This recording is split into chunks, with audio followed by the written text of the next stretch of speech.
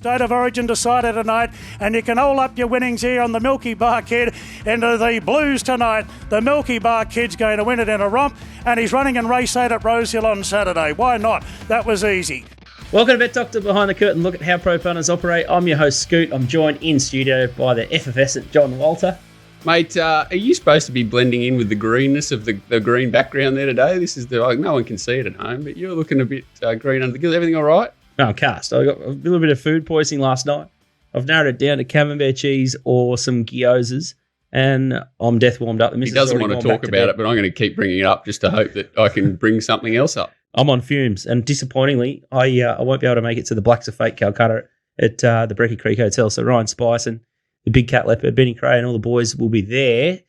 So it's really disappointing that I can't get there tonight. Benny Cray's back. I thought he was in Darwin or Port Moresby or somewhere. He gets around, big Benny Cray. Don't know. I'm certainly not back. But I tell you who could be back. Well, DK, I'm not sure that you're back, but I saw the icicles on your card, Nico. Oh. Great that you made it in. What about the last 2 mornings, Nico? It's great fun down here in Melbourne, isn't it? It's about 1 degree every morning. And 0 or 1, ice all over the car. You can't even open the door because it's bloody ice everywhere all over it. Freezing. Like icicle stuff. Like just I've thought out, it's taken me an hour to drive in here to thaw out with the heater on 100 driving in, but feel like a Brad Willa driving to the races all those years ago every day. I get having a sweat, but geez, he's fresh down here, Scooty. At least you got the balmier weather up there when you're crook. You'd be struggling down here this morning. Driving the porcelain bus, it doesn't make much difference. Jokes aside, I've had the fan on at night. I swear to God. I swear to God. I went to the PT yesterday morning before all this sickness came in, and I was training in a singlet and shorts at 6:30 in the morning. So it's not bad here at the Gold Coast. DK, we'll end up getting you up here. Now that you're a sort of BFF with Aussie Kahir, I'm thinking it's less likely you're going to be a real estate magnate. Well, he'd have a weekender up here or something, Aussie, wouldn't Aussie, he would. He surely got a holiday house. That's the next question you got to ask. Yeah, exactly. I would have thought. I tell you what, there's big news out of Victoria, and I tell you what, Walt thinks he's died and gone to heaven, but incoming Racing Victoria CEO Andrew Jones could be the white knight for racing. He's putting punters first, the fans first, and I think it's like in their little RV green paper, I did see owners in there as too, so there's a little bit of a caveat. But I like what I heard on racing.com with the Dolphin BZ. Words are a good start, aren't they? But, I think, well, like you said, anyway, that sort of thing you brought up about the submissions, at least everyone's going to get a chance to at least bring them across their all issues, and I think everyone sort of collates together. And, bookies obviously need a reprieve so that they can operate and slide us in there somewhere, and hopefully he understands that sort of everyone's under the pump and sort of being backed out of the game at the moment at all levels, and eventually it'll affect everybody, like sort of owners and breeders. It's all bloody a house of cards at the moment. So hopefully this guy's across it, and if he's got the balls to come up with concepts like Big Bash and put them in play and interrupt sort of systems that have been in play for 100 years, he's not going to be scared to have a crack here, you wouldn't imagine, if he sees that that it's fit, and I think he will. So fingers crossed. What do you think of it, DK? Looks like high turnover, low margins. Punters are on the sort of ledge here, but were you impressed with what Andrew Jones had to say? Certainly was. I mean, it was just, I'd never heard of him, didn't know who he was, just when they introduced him from Cricket New South Wales, and just to hear him talk, he'd only been in the job a week, and he knew what he was talking about. He's across everything without giving out too much away, but it was just refreshing. I mean, I haven't got anything against Giles, but Giles has been around a long time. He was at Betfair, and then he was at RVL, and he's been around a long time, and sort of get sick of hearing him singing the same tune. But to have the fresh, I think it gives us a bit of zest. And there's like the green paper and one thing we're going to blow a bit, and I'm sure we'll get to it here, Scoot, is infrastructure. It's already real raping and pillaging the punters, but a lot of these jurisdictions aren't reinvesting in infrastructure. But RV and that green paper got a big plan for infrastructure. So that's a good way forward too. At least we know our dollars are getting well spent.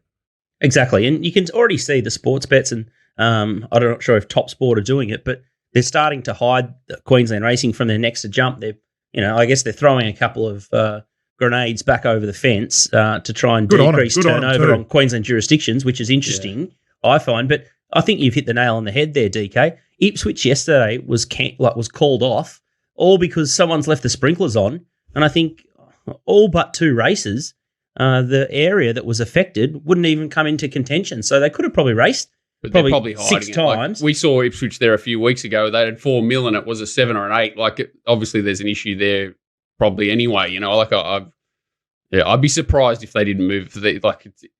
Regardless, it comes back to the same issue you're trying to raise. There's the track maintenance, drainage, those sorts of things need to be addressed everywhere. Exactly. If you're gonna charge premium and have the highest place to play and charge all these taxes, you need to invest in it. And that was it was a great thing about the green paper, and it's definitely worth a look. So it'll be on our Twitter feed. I think we retweeted it somewhere, and it's a 10-year look into where they're investing and how all the game works. So if you're new to it, check it out, and hopefully we can put a submission into this guy, Andrew Jones, and get in front of him and have a bit of a chat to him. I spoke to Richie Irvine during the week.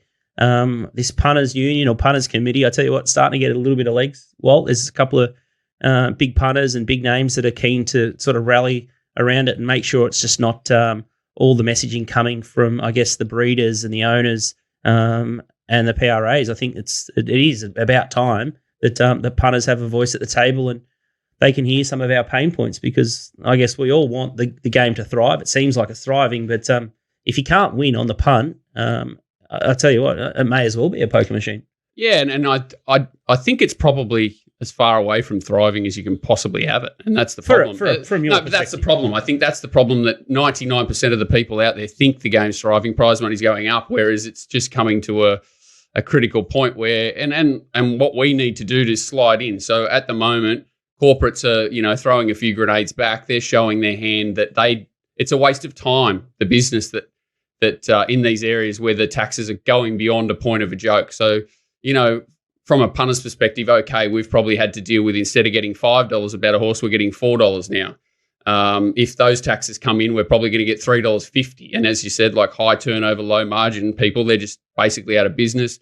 The recreational punters, the money's drying up quicker. There's more regulations coming in there that are going to sort of show them how much money they're losing, which is only going to dry up more turnover. And what we need to do is, while they're sliding in to say, okay, we can't operate under this, we still need to bring growth back in. So they need further relaxation.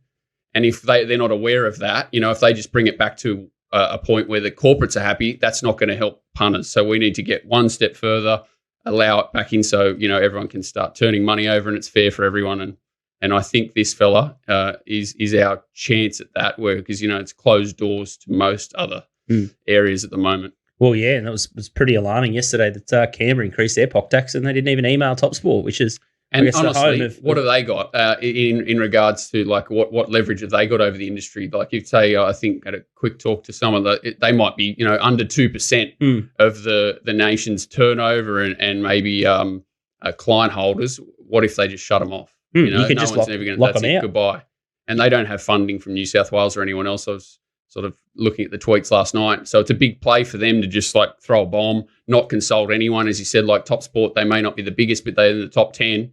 And if they're not even getting an email, shows that how detached they are, and they just think it's free reign and there's money to go around. There's just not, the corporates used to be the enemy. They're not, they're just trying to survive. Of the game. And you look at Tristan, I would say, is the most proactive bookmaker in the industry, as in he's the only one trying to grow, trying to bookmake, trying to, hold as much money as he can, bet as many people as he can, take a bet. And he's in a position now where he's paying so much turnover tax that he can't afford to keep his percentages where he wants them. He's dropping them back. Everyone's dropping them back quicker than him, but he's still having to drop them back. He wants to hold money. He can't. He can't keep up with promos, can't keep clients because lower clients are in front of him. There's huge factors at play that all need to be looked at. Yeah, and that's a big problem because you've got, I guess, an emerging bookmaker like TopSport, and then you've got all these pop-up startup bookmakers, and I think they're just happy to sit under the $1 million. Well, they don't want to hold money. They don't want to hold money. No. So you're how's that good for the industry? And then how do you jump and start to tackle the big boys? It's a big issue. So hopefully we can get the year of Andrew Jones, and hopefully the punters committee or the union can get some legs. And let's if you've got some pain points and you're watching the show, make sure you fire them in some dot points. DK? Yeah, I'll just say, just someone like Andrew when he was on with BC, and that was saying, and it was refreshing to us that he was saying the customer, the punter, they're number one. And then someone said, Volandi's said the same thing, put up some vision of saying Volandi's saying the same thing a year ago or 2 years ago or on the Mark Brewer's podcast. But there's a massive difference. Volandi's is saying it while being in bed with the tote and thinking that, well, the punters and that are number one say, let's create odds and evens, let's create big dance and all this, because that's what the punters want. But this bloke seems to have a much better idea, much more diverse picture of it than Valand. He's just saying, well, yeah, we know what the punters want as long as we're in bed with TAB and Sky and all that sort of business, and throwing squeens of prize money at races. So I'd much rather have this bloke in our corner, I tell you. So I'm looking forward to what he brings, Scoot.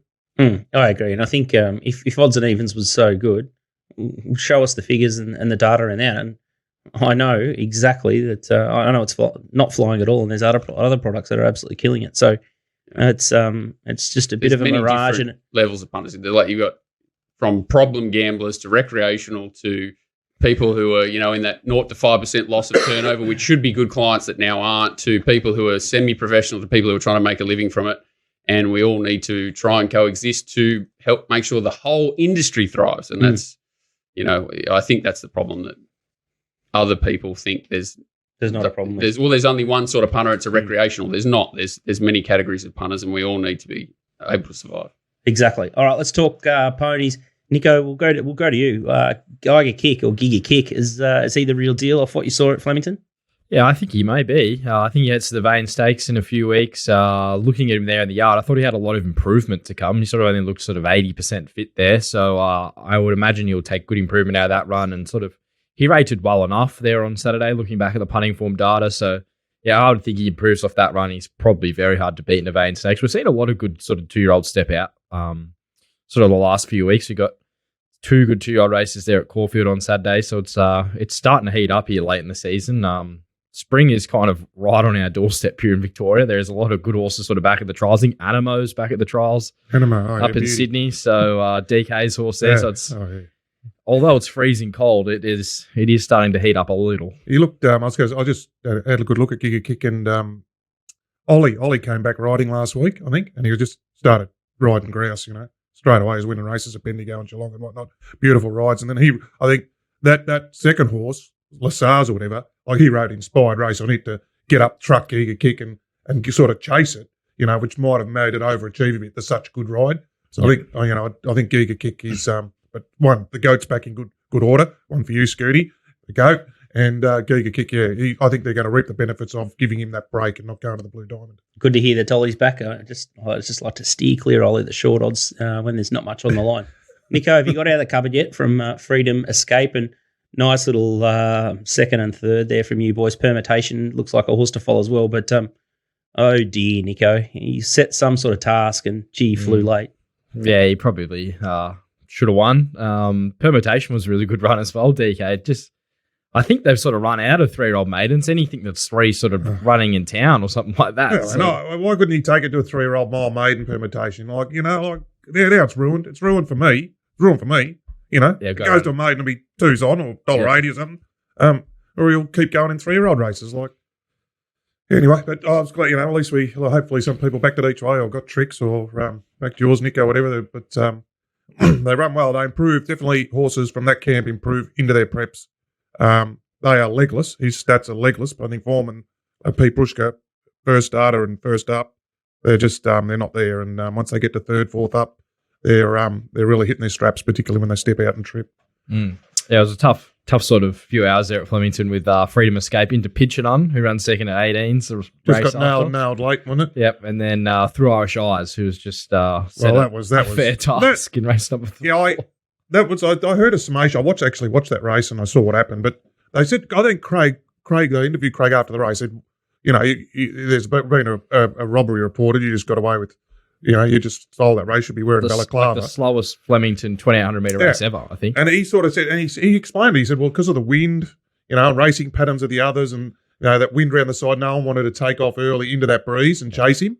And he sort of used that to his advantage. And, I thought he explained it really well. They're fair enough, the others are asleep at the wheel, but a lot of the time those horses don't want to take off at the 800, When they start revving up at the 600, then it was too late, So, slow tempos. Anyway, there doesn't happen in many other racing jurisdictions in the world that they go as slow as they do in Victoria at times, I'll tell you. You give Willow the front, they're definitely going well below benchmark at the moment. And, yeah, spot on. And then there's who was it? Used to be D Dunn, but still, if M Walker gets the front, those anchors go out mid-race, Froggy, he did it yesterday, race one. Froggy, there you go. Down. Just anchors went out and they couldn't catch him. Like, he loves doing a Froggy. Like, you think he's a real aggressive rider, and he just hammers them out of the gates, but he bluffs them out of the gates. So he gets the Frog out of the gates, then the mid-race anchor drop, and then I'll scoot again at the 500 or something. So there would be a racing jurisdiction in the world that has as many slow pace races, slow tempo races as we do in Victoria, Australia. What about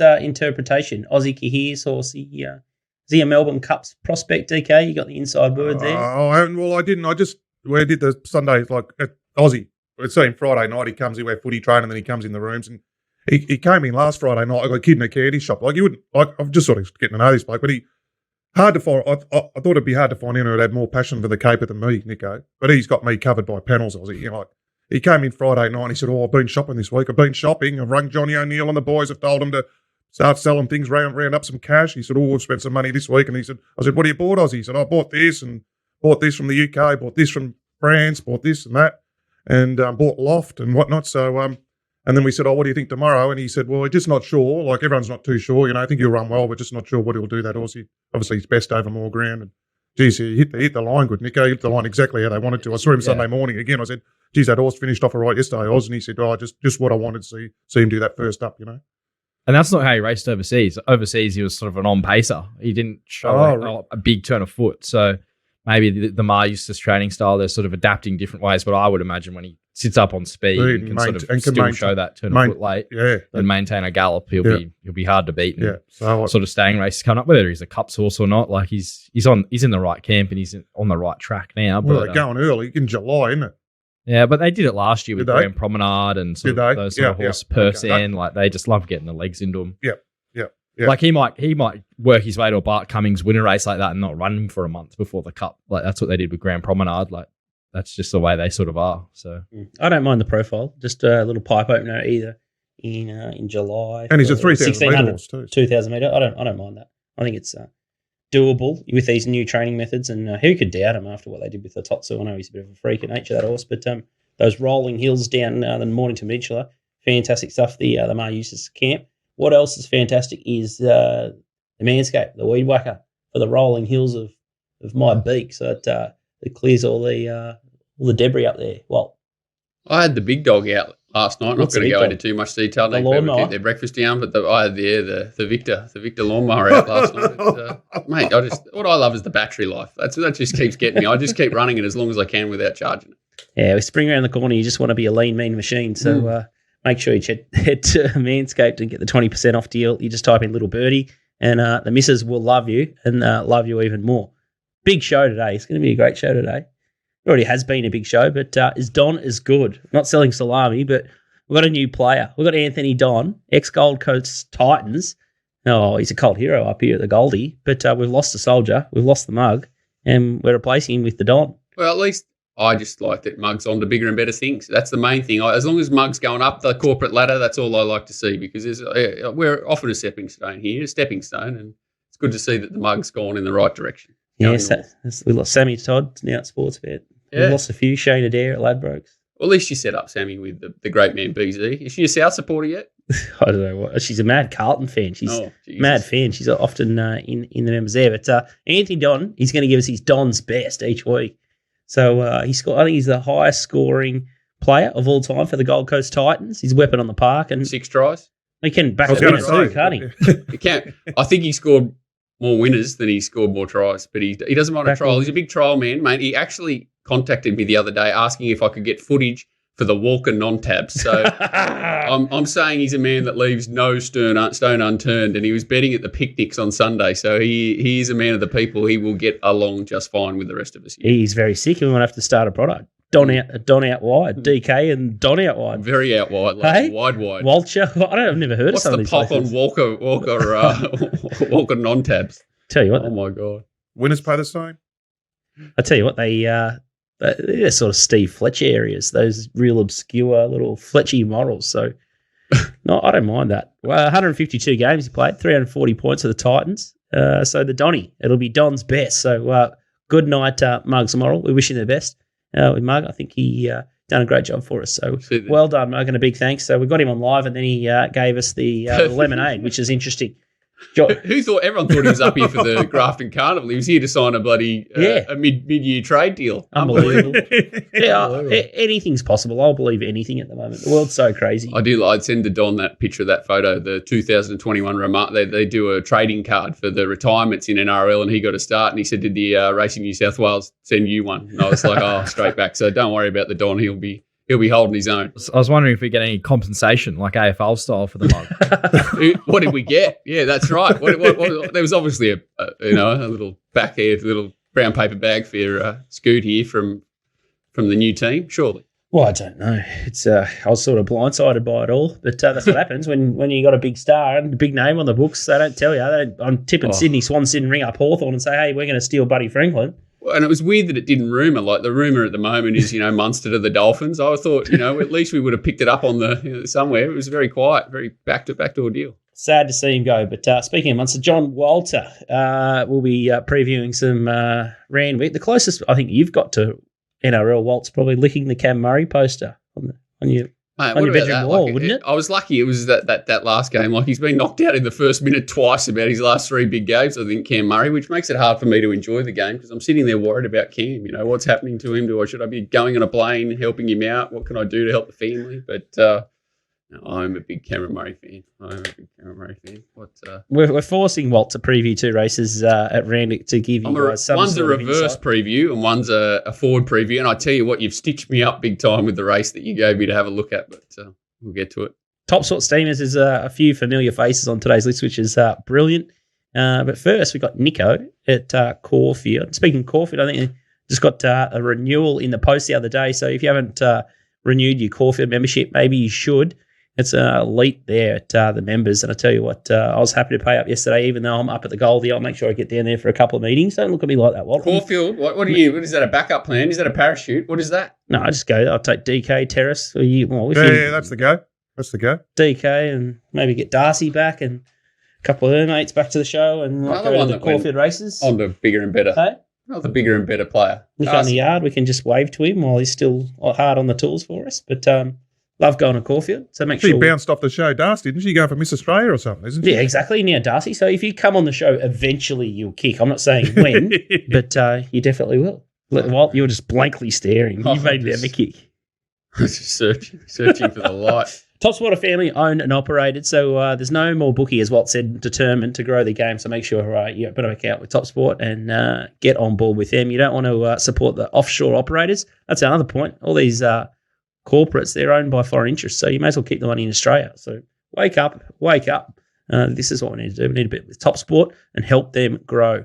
Nico, I like it when you preview the first race. Nice, lightly raced horses usually run around in these, and your strike rate, I think if we did the figures on the first race of the card, I think you'd be absolutely airborne. 130%, I think, of winners to tips. I think he's running it. 480 units in front. 480 units. Yep. Since inception. Crow form. Yeah. 400 of those would be on the 2,000 metre plus horse, though, wouldn't they, Nico? We found a few of them. We've got a 2-year-old or something here. Anyway. I'm sure everyone started to pick up on the camps that everyone does really well, and that's what it's about, picking up the camps and their patterns. And I'd like Ma to throw a 2-year-old in a 2400. That'd be interesting. Straight up. One first starter. Caulfield Race 1, MRC membership renewal, handicap, there you go. River Ribble is the favourite, 4 into 370, Thronbone 440, Hayfie 550, Taught You Could 550, Cusack 750, Choppin $9.50, Chester Warrior $12, Penultimate 131, and War Chime for the Rob Heathcote yard at $71. Nico, we're going to have a look at the last start winner of River Ribble. Yeah, this was at Cranbourne. This is a very, very soft win. Got into around $1.50 in the betting. He drifted out late to $1.75, but he absolutely kills them in this replay. Really liked his work from the 400 to the 200 here. Ran some good splits relative to the meeting. Travelled into that race really well, and then for him to just improve his speed by about 6 lengths between sort of the 6 and the 200 metre mark, and then ease down late here. This was a very, very soft win. He had a preparation as a 2-year-old and ran well sort of against Merchant Prince. They went to go to the Diamond. He wasn't far off, Jack and Owen Co. I think he's come back a better horse. Seeing him in the yard, I definitely think he's come back a better horse when I was out there at Cranbourne the other day. I'll just take over from the Muggs role here as Muggs moral. I thought this was a moral, to be honest. I was very surprised that this went up $4 or $5. I think I got $4.80. very early. I was at the track and I had to get cash out and everything. That's how I sort Get of the keys, Nico. that's Get it. the keys. Yeah, Get it was the cash, like and just that. smack the terminal. How good's that feeling when you're like, oh, fuck, how am I going to get on this? How can I get on this as quick as possible? Who do I know? Horned up deluxe, I call it. Yeah. But that's outstanding. What price did you get, Nico? I think I got 480. Beautiful. I was kind of expecting him to come at like 250, and I could definitely even mark him shorter than that. I thought he was just extremely hard to beat here. Gets a grouse run here for McNeil, drops in the weight, stays at 1,200 meters, like tick there. Thrombone's sort of racing well. He's had 2 sort of recent wins. I think he might have used up his form a little bit, and I think he's coming up against sort of a stronger opposition. Hayfield, I didn't think jumped out well enough to be winning first up over 1,200. I think he might be looking for further this prep. Mar Eustace JK, he's always going to be short. Like Taught You Could, couldn't believe he was $5.50. Chop In, maybe the one that's sort of charging at him late, out to 1,200, but It's off the poly, isn't it? Or, it is off the poly track. Thought Chester Warrior's jump out was good, but he could be a bit squibby. I just think this could be a proper horse, River Ribble, and he could be a horse that sort of, we're talking about Giga Kick running in the vein. He might be one that sort of can test a race like that on the McNeil and be right up there.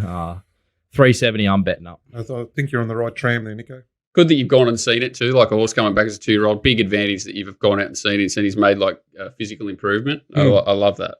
So he there was money for him. I remember on debut there was a spruik for him, and then he sort of a little bit underperformed. They put him straight out, and one of the reasons he was 2s on the other day because he jumped out like a Learjet, which showed. So you've seen the trial. He's back, shown at the trials, just backed it up, and just how much left in the tank there after first. Like he had a nice and soft, just sprinted home and eased down, and still ran the time in the section. So ticks a lot of boxes for what us punters look for. Nico, doesn't he? Yep. Keen, very keen there, Pass. I love the perfect storm of how he's explained it. Like a horse that's won 2 in a row that's probably come up shorter than it was like sort of tested here. A smart stay with the jockeys come up shorter. That it's like a really perfect storm to get a bit of overs in the early market. It's I'm half looking for the keys myself, and I've missed the 4-8. Yeah, may as well. I just love it when They could probably 2 point something, probably SP. Yeah, I think he'll start clear favourite. So I reckon the support will just keep coming for him. Anyone I've sort of talked to is tipping him. So I heard BZ tipping him last night on contenders. So if he sort of chimes in, he might even shorten up a bit more. Any of the punting form groupies are going to find. Yeah, they're going to love it. They're going to love that. Plus 6 links last furlong or something, wasn't it? All right, well, I'm just going to ship that. That's going to be the start today, and we'll just cause mayhem with the bookies sort of Australia-wide. Everyone's just in agreement, which is beautiful stuff. All right, it's Bletchingly Stakes Day. We're having a quick look at the market here. It's I'll tell you what, this is wide open. It's either Maliva or King of Sparta, or anything can win this race. Maliva $4, King of Sparta $5.50, Oxy Road $6.50, Streets of Avalon $6.50, Mariama $7.50, Scolopini 10, Sartorial Splendor 11, Felicia 16, William Thomas 19 was a big run last start, and Asa, my little horse that I've probably divorced by now. But any thoughts here, Nico? Yeah, tough race. A few of these are sort of in and out of form, like King of Sparta and Oxy Road, I think at their best are probably better than a few of these, but Oxy Road was disappointing first up. You could maybe put it down to the wet track. Didn't parade that well either, but he'd probably be the horse at sort of 650. You'd say he's probably over the odds given the SP and the Bletchingly. I thought Maliva was a chinky favourite. Like she has no 1,200 metre form. She's very suited there, 1,100 metres first up. Got a perfect race shape for her on a wet track. Now she gets to 1,200 potentially on a good 4. It's a completely different scenario to what she saw the other day. And I think there's a few horses here with a bit more ability than her at their best. And she might have just put in one of her PBs there first up. So I'd be sort of avoiding her at $4. I think King of Sparta, look, the run in Queensland was a bit indifferent. I don't think he loved being inside of horses, which is probably the knock here, given he's drawn barrier 1. The trial since was, I thought, sensational, but it's not a horse I'd want to have my last on. Streets of Avalon will give his all up on speed. I was kind of King of Sparta and Oxy Road, but they're a bit hard to trust, given they can be a bit hit and miss sometimes. Agree with Sparta. He's a bit of a myth that pops up and bites you in the arse every now and then. Yet he's a horse that's better to oppose the long run, I would say. Mara Maria's in the betting. It's been in Sydney. I think it's just a horse. It's the day that it won, it was like absolutely everything went its way. It had the right run the other day and the right part and sort of battled on. I don't think it's anything to be too scared of. So there you go. It's a feature race today, and pay sometimes just to give them a buy. Bookies will try and coerce you into certain races to bet on. The Melbourne Cup's one of them. And sometimes it's better just to press Ribble in the first and just make your money there. Let's Walker non-taps, that's it. Walker non-taps, Yeah. the Don. I can't wait for his first Walker tip. And race 9 we're going to have a look at is the Catnack Jewelers. Nico may have been here recently. No news is good news, Nico, I suppose. 1,400 metre benchmark 78 here. Lucky decision 480. Ruben Moss 550. Turbio is 550. Sig Positano $8. Polenko $8.50. Mr. Exclusive $9. Mayfair Spirit $9.50. $10 here to shock. And then $14 or better. The rest, we're going to have a look at the replay of Mayfair Spirit here in the Australian Bloodstock colours. A bit disappointing. There's a bit of a pattern here. 2 for 2, the Australian Bloodstock colours. We're going for a double here. This was just a horror watch if you're on. Turbo's the favourite here. He's the horse outside him in the lime colours, or one of the favourites.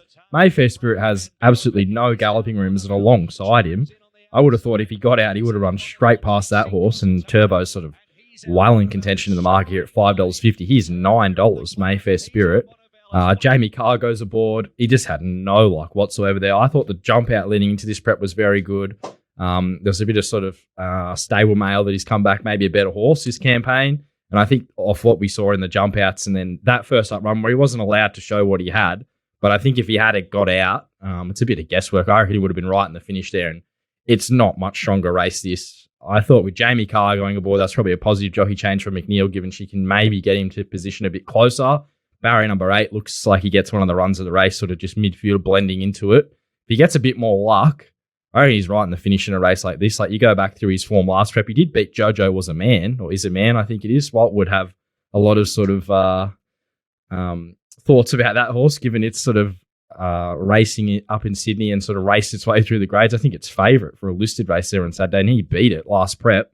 I just thought $9.50 was a massive price, given a few things here and sort of the opposition he comes up against. I didn't think Rubamos was anything to sort of be too worried about. Turbo comes back and trip, probably suited there. Lucky decision, I thought could have jumped down a bit sharper to be winning first up over 1,400 and has a bit of an awkward map. So I thought this was right up for grabs from Mayfair Spirit. I couldn't really see why he should be. He was $13. He's into $9. I thought he should be shorter.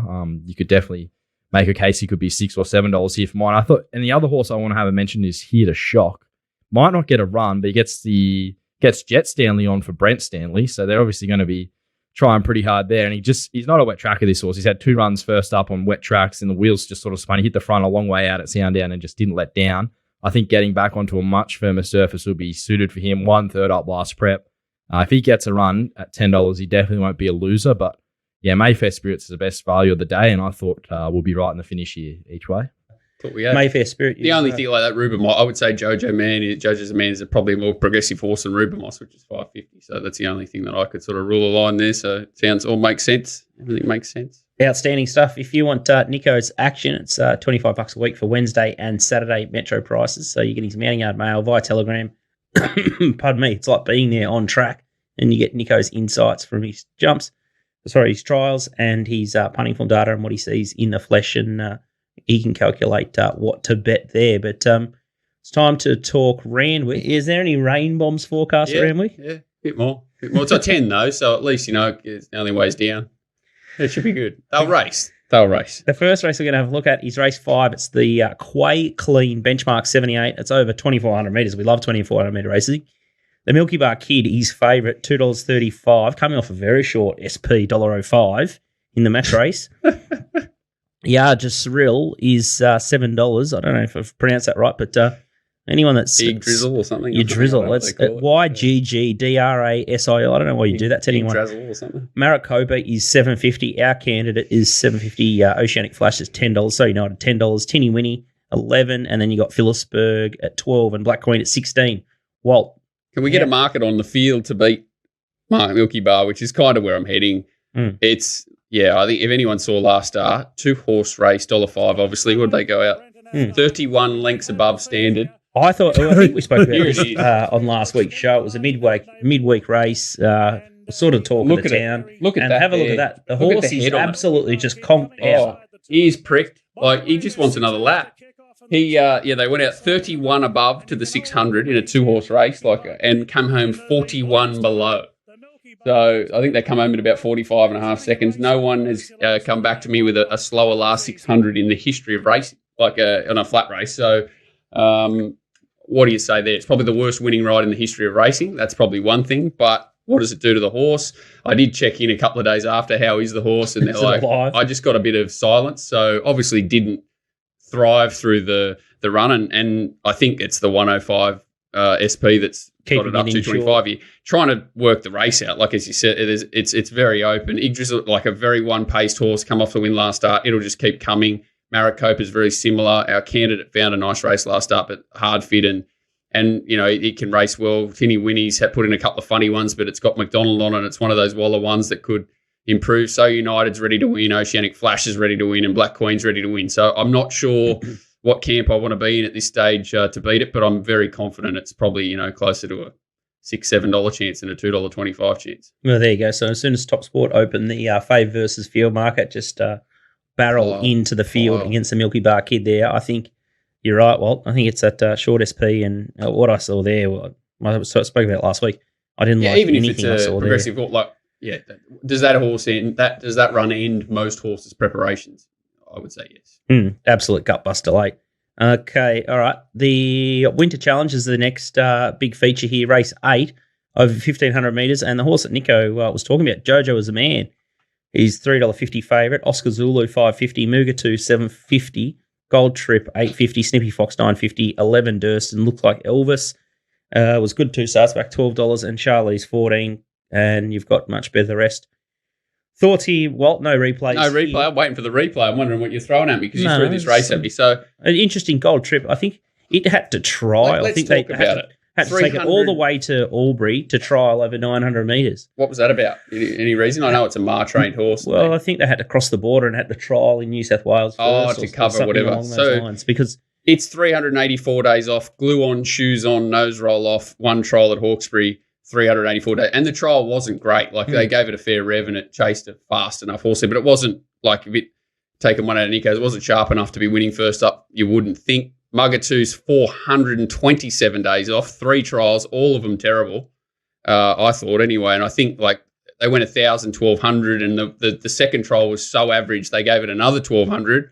And I thought it was only playing again, considering that was, you know, probably its first up run, but they've sort of had to send it back there. So, and they're the second and third picks, or third and fourth picks in the market. Jojo was a man's up in grade. I think, you know, it probably was a bit stiff last start.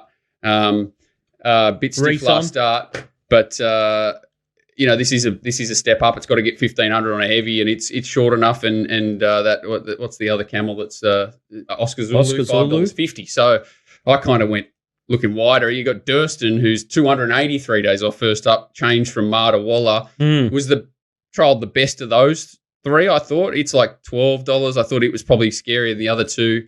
Casino Kid was definitely like, it was a huge run first up, 1,100. You didn't really want to find it stepping 11 to 15 second up, but at $26 in this race, it does love the wet, and I can entertain it. And I thought Monegal drawn the inside, there was a horse that could pop up at around the same sort of price. They're the 2 horses I sort of thought $26, not a race that I want to go ballistic in, but there's just reasons to be wary about the first 2 in the market, and I think I'm, you know, wanting to definitely see Gold Trip and Mugatu, the 2 class horses, go around first up, and just a couple of sneaky ones there at 25s could pop up. Any insight, Nico? Durston, the Waller runner? Yeah, I think he won at Caulfield last preparation, didn't he? And had a peach of a ride there to win on that occasion, being Elsa one, I'm pretty sure. So, yeah, he was a horse who sort of come here and ran a really good race first up at Flemington over 1,600, but I think it was in 78 grade, not sort of listed level. I will say with Gold Trip, he jumped out at Cranbourne and looked like Far Lap, just ate up the ground, sort of gave the leader a big head start, mowed it down.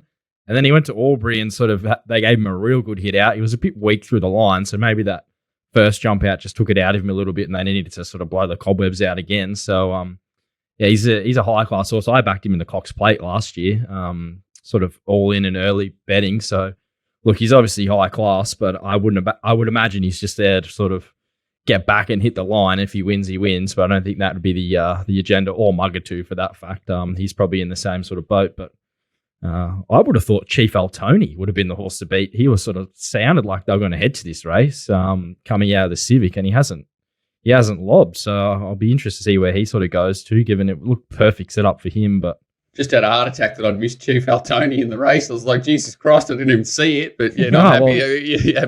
You had me jumping. But I agree. Like if any horse that had a good setup would have been a nightmare to be here. Yeah, I thought so. The list reading it through articles throughout the week and that, it sounded like he was running and he hasn't accepted. So maybe not all going to plan there, but yeah, tricky race, the Winter Stakes. Friend of the show, Matt Barker's got a share in Gold Trip, and grand final day is going to be Cox Plate Day. So be careful if you're backing it first up.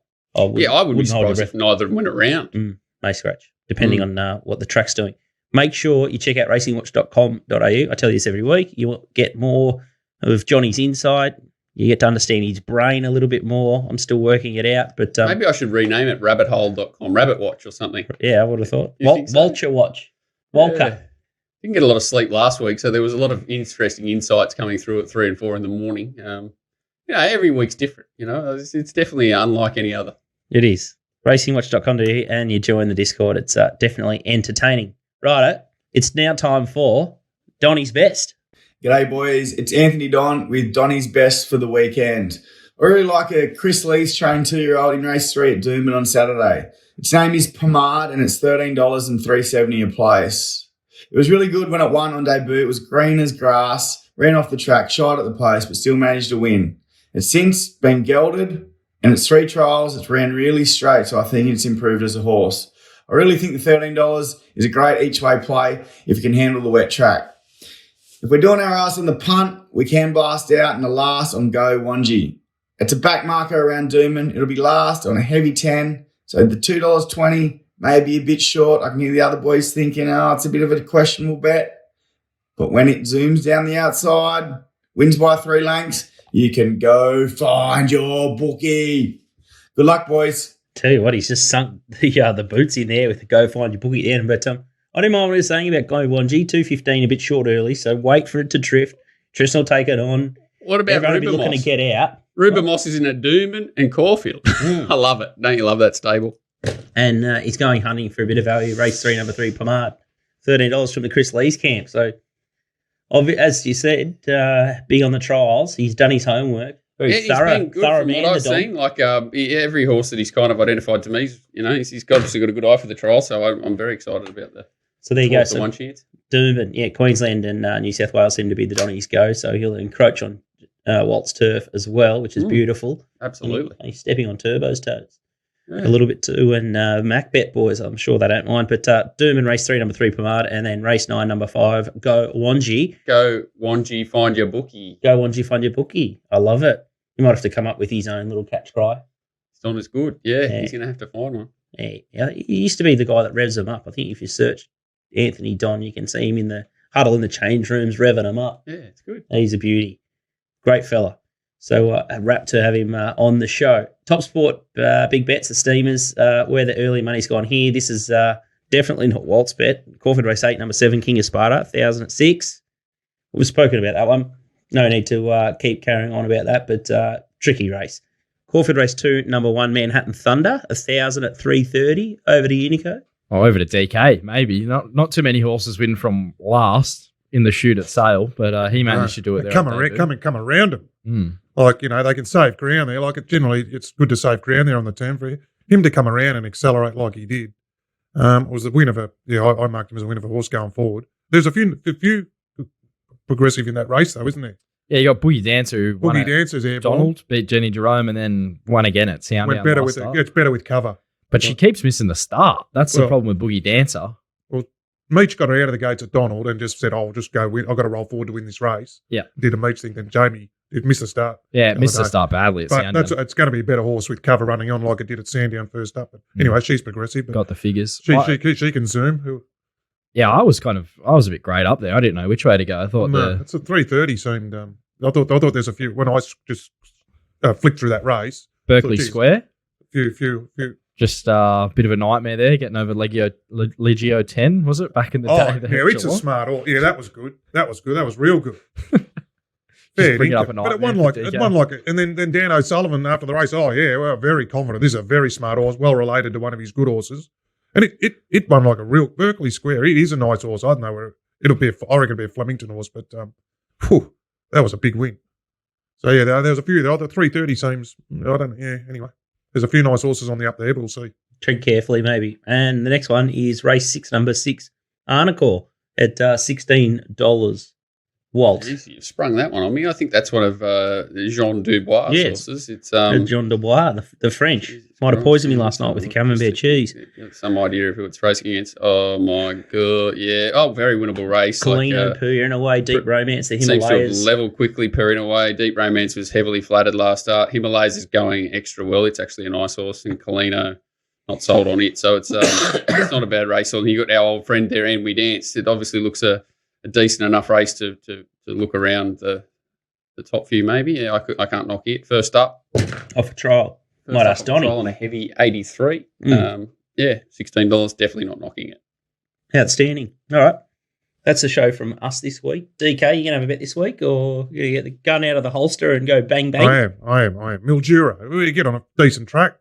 Like fair income, all the synthetics and the synthetic, the synthetic, the bog. Yeah, that's real good. So no, I'll go home and I'll be sending one out shortly, and hopefully then there's a 2-day meeting. There's another day there Saturday. So found a winner at that meeting last year, I'm pretty sure. So we'll and then I think Warwick Nabil or some other good joints on Monday or Tuesday. So hopefully we'll get the gun out and we'll start shooting some bullets. Caston Sale Sunday, Warwick Nabil Bairnsdale. Caston, I wish, but Caston's all high weight and jumps. Oh, is it? Sale. I hate Gippsland tracks, really I do. I mean, it's been Maui and Cranbourne. You wonder why I'm not having a bet. Seriously. Maui, please. How do they get to race so many times in the middle of winter? Like fair income. All right. TK, you're going to have a bet this week. That sounds sensational. Nico, you'll be out of Caulfield. A little bit jealous, but not missing the cold starts, and you'll just be doing your best in the Racing Watch chat. Well, mate, I just never leave. It's a different day. What day? It's July now. I dead set thought it was like February. What's happening? I'm gone. And I'm going to probably go vomit the camembert cheese that I had last night. But thanks for joining us. Big thanks to all our sponsors. TopSport, Manscaped, Punting Form. I absolutely love Punting Form, and so does Nico too. So make sure you check out Punting Form. It'll give you that extra edge, and you'll do the form a lot better than living without it. We'll see you next week. Thanks, guys.